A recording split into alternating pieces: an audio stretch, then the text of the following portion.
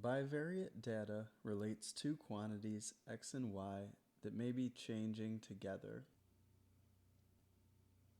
In this section, we'll create graphs called scatterplots of bivariate data.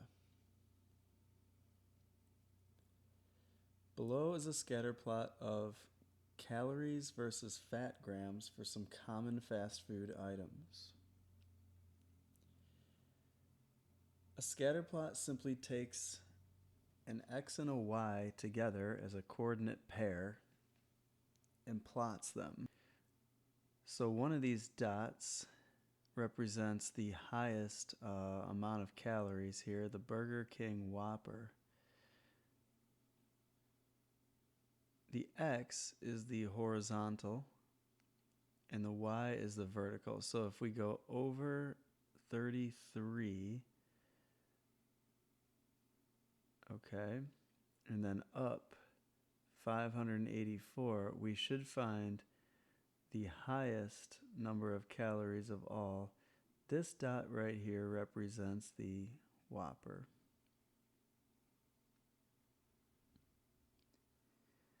Let's look on the list for the fast food item that has the lowest number of calories.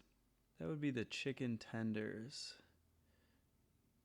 Only 223 calories and 12 grams of fat. So go over 12 and then up to 223. This dot represents the chicken tenders.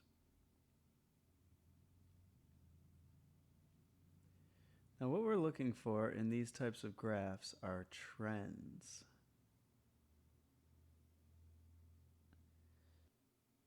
So when the fat grams of an item increases, what tends to happen to the calories of the item?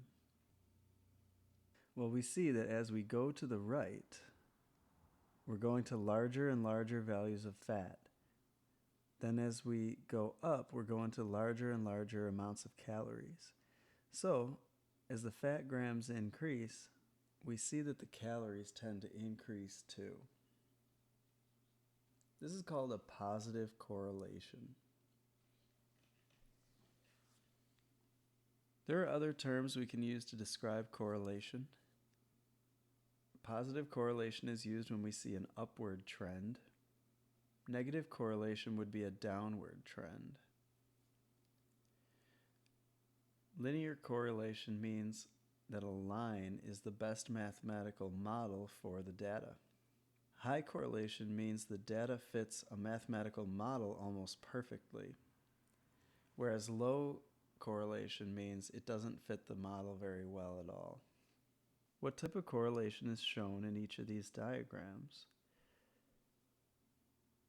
Well, this first one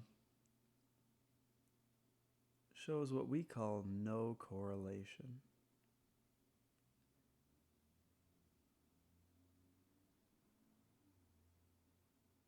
That is where the x's and the y's seem somewhat random and we don't really see a clear trend at all. Dots are kind of all over the place. This next one, the data looks like it could fit a line somewhat. If we were to draw a trend of the data, it appears to be sloped downward. For that reason, we'll call it negative and also linear. Even though it's not a perfect line, a line could be a good mathematical fit for that data. And we might say low or moderate. It's kind of a judgment call. Why do I say moderate? Because it doesn't fit a perfect line. And the data's not all over the place though either. Something in the middle. This data doesn't look very linear. It looks like some kind of parabola or other curve could fit the data better. So I'm going to say nonlinear.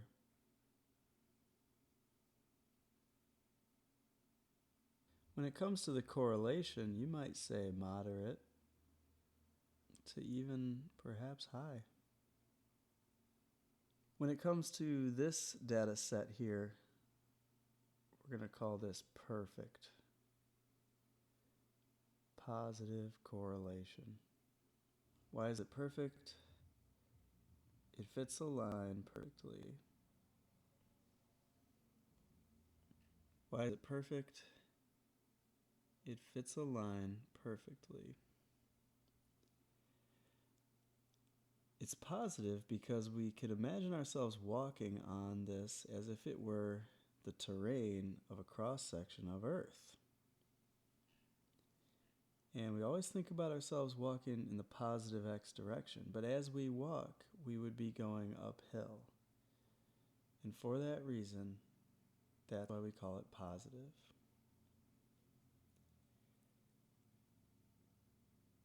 And it is certainly linear.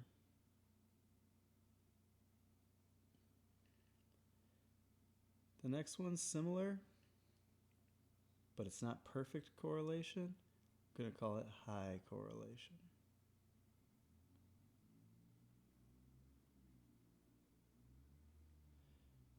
It is linear and positive. The next data set is fairly spread out. However, it is conceivable that a line could be used as the best mathematical fit for this data. So I'm going to call it low correlation.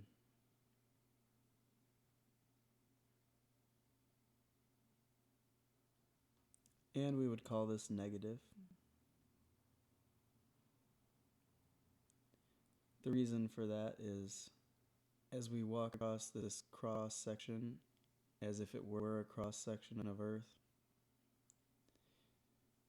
we would be walking downhill. That's why it's negative. And we could argue that it's linear as well.